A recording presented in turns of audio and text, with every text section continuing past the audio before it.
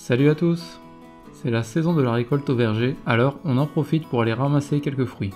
C'est toujours un moment sympa, on se balade, on cueille et on repart avec de quoi cuisiner. Et comme chaque récolte donne des idées, aujourd'hui je vais vous parler d'une recette qui date du 19e siècle, la tarte bourdaloue. On va la revisiter un peu ensemble avec les fruits du verger et à nouveau avec une touche de sureau. Donc voilà, ce sont des poires naturelles, donc elles ne sont pas parfaites, mais étant donné que nous allons les cuire, il n'y a pas de souci, elles vont être délicieuses. C'est ce genre de fruits que vous ne trouverez pas en grande surface, mais qui malgré tout sont délicieux, donc n'hésitez pas à les cueillir si vous les voyez dans un verger libre d'accès, et vous pourrez les sublimer grâce à vos recettes. À présent, parlons de la tarte bourdaloue. Mais en fait, qui était Bourdaloue? Louis Bourdaloue était un prêtre du XVIIe siècle, connu pour ses sermons très longs, au point d'avoir donné son nom à une rue de Paris. Et c'est justement dans cette rue qu'un pâtissier du XIXe siècle a créé la tarte qui porte aujourd'hui son nom. La tarte bourdaloue, c'est une pâte sablée ou brisée garnie de crème d'amande, recouverte de poires pochées, parfois décorée d'amandes effilées ou de petits éclats de macarons. Une pâtisserie parisienne qui est vite devenue un grand classique. Alors c'est parti pour la tarte. Donc comme il est mentionné précédemment, il va falloir utiliser des poires, mais des poires pochées. En ce qui nous concerne, ce sont des poires fraîches. Donc c'est très simple de pocher les poires, il suffit de faire un sirop. Donc vous prenez une casserole, vous mettez 500 g d'eau et 250 g de sucre. Vous le faites bouillir, vous faites un bon gros bouillon. Une fois que l'ébullition a eu lieu, tout simplement vous incorporez votre poire qui a été préalablement épluchée, tranchée et dont vous avez enlevé le cœur et vous laissez reposer ainsi au minimum 24 heures.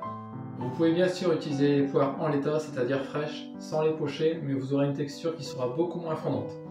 Pour cette recette aujourd'hui, exceptionnellement, on va faire une petite variante. On va pocher les poires dans un jus de sureau afin d'avoir des poires qui ont une couleur rose violacée et également avoir un petit goût de sureau. Donc c'est exactement le même principe, sauf qu'au moment de l'ébullition du sirop, vous incorporez une belle grappe de sureau qui a été préalablement mixée. Donc vous faites bouillir, vous ajoutez votre sureau en purée et également un jus de citron frais afin de pouvoir fixer la couleur. Et en dernier lieu, comme précédemment, vous incorporez vos poires préparées et vous laissez reposer au minimum 24 heures. Au bout de 24 heures, vous obtiendrez donc une fois égouttées ce genre de poires. Donc des poires qui seront bien colorées et qui auront en plus une saveur unique. Désolé d'avance, mais j'ai eu un problème audio avec cette séquence qui sera donc écourtée et doublée. Alors pour la pâte, nous allons partir tout simplement sur une pâte sucrée. Il s'agit d'une pâte très simple qui ne nécessite pas de pétrissage, mais juste un amalgame d'ingrédients. Nous allons tout d'abord commencer par travailler 100 g de beurre avec la même quantité de sucre. Pour ma part, j'utilise le crochet de mon batteur, mais si vous avez une feuille, c'est-à-dire cet ustensile, vous pouvez l'utiliser, le mélange sera plus aisé et bien plus rapide. En ce qui concerne ma feuille, elle est très timide et ne veut pas apparaître sur YouTube. Ensuite, on va incorporer un œuf de taille moyenne. Je vous conseille de toujours casser vos œufs à part afin d'éviter d'avoir des coquilles dans votre préparation. Et si une coquille tombe dans votre bol par exemple, il sera plus aisé de le récupérer.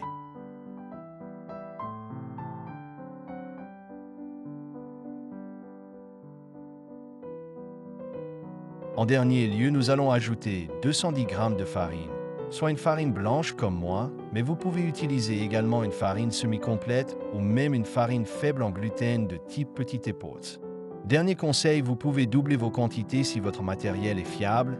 Vous pourrez ainsi stocker une partie de votre pâte au congélateur et vous aurez donc toujours une pâte prête à l'emploi en stock que vous pourrez transférer au frigo la veille de son utilisation. Pensez à aplatir au maximum votre pâte comme moi. Ne faites pas une boule. Votre pâte refroidira plus vite à cœur et vous galérez moins au moment d'allonger votre pâte.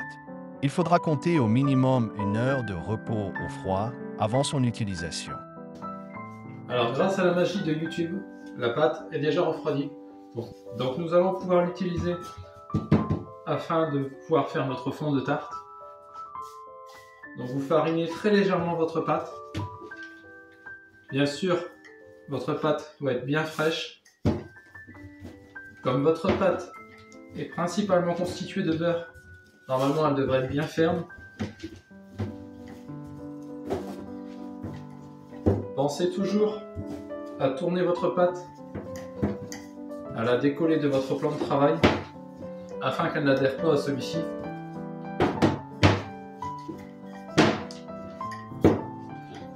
Donc voilà, la pâte est étalée. Il faut qu'elle fasse environ un bon 3 mm. En ce qui me concerne, j'utilise un cercle à tarte. Mais si vous avez un fond de tarte classique, il n'y a pas de souci, ça fonctionnera également très bien. Mais un cercle à tarte, c'est vraiment très pratique.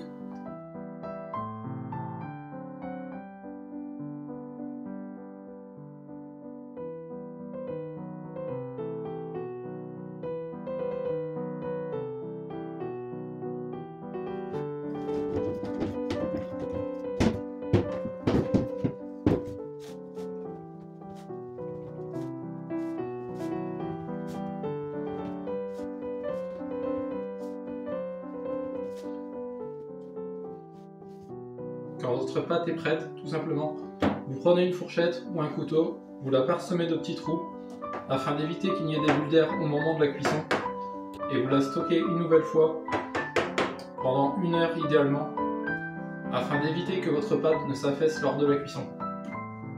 Alors à présent, on va attaquer la garniture. Donc on va partir sur une crème d'amande classique. Donc, on met tout simplement le beurre et le sucre ensemble et on va le faire travailler au batteur afin de le faire bien blanchir cette fois. Pour cette opération, je vous conseille d'utiliser une fois de plus la feuille, mais comme je vous le disais précédemment, ma feuille ne souhaite pas apparaître sur YouTube. Donc vous pouvez également le faire au fouet comme moi. En revanche, si vous le faites au fouet, pensez bien sûr à avoir un beurre pommade, c'est-à-dire un beurre qui est tempéré. Car dans le cas contraire, vous risquerez fortement d'endommager votre fouet.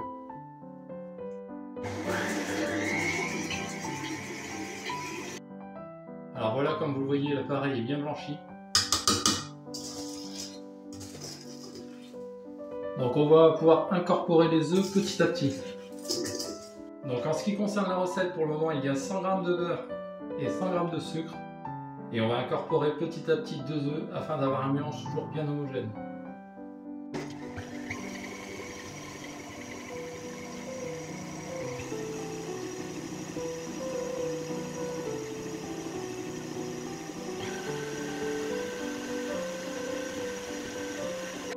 Alors voilà, une fois que le mélange est bien homogène, il n'y aura plus qu'à ajouter la poudre d'amande et la farine. En l'occurrence, il y a 100 g de poudre d'amande et 20 g de farine. On peut les incorporer ensemble.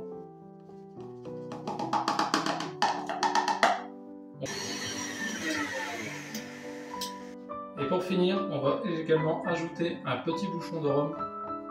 Donc ce n'est pas obligatoire, mais si vous voulez avoir une crème d'amande qui a un goût bien artisanal, il ne faut pas oublier d'ajouter ce petit bouchon de rhum.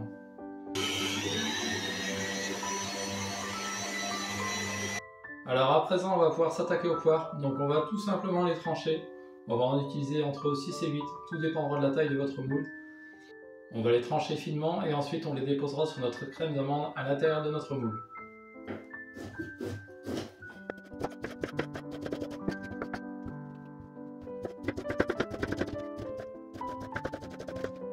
Donc voilà, nos poires sont tranchées.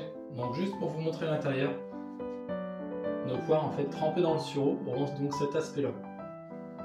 Donc à présent on va s'occuper de notre fameuse tarte. Donc on récupère notre tarte qui est au frigo. Donc ça fait 1 heure qu'elle repose, elle est bien froide, il n'y a pas de souci. Donc on va pouvoir incorporer notre crème d'amande à l'intérieur du moule. On va mettre environ un bon centimètre et demi de crème d'amande. Ensuite on va ajouter nos poires.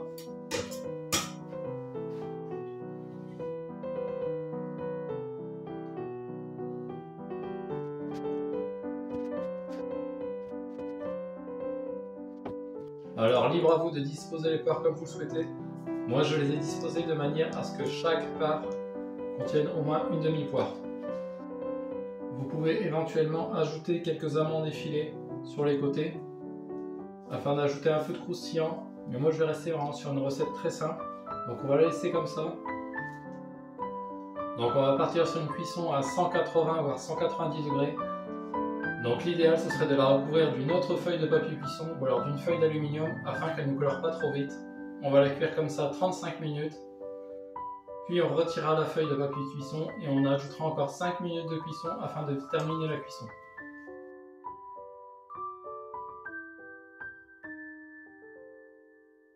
Alors voilà, la tarte est cuite. Donc pour la cuisson, je vous rappelle, on a cuit à 185 degrés pendant 35 minutes avec une feuille donc à couvert. Et ensuite on a rajouté 5 minutes de plus de cuisson à découvert. Donc si la recette vous a plu, eh bien n'hésitez pas à mettre un petit pouce bleu et à vous abonner. Je vous dis à très bientôt en espérant que vous rejoigniez l'aventure grâce à votre abonnement. Je vous dis à bientôt. Ciao!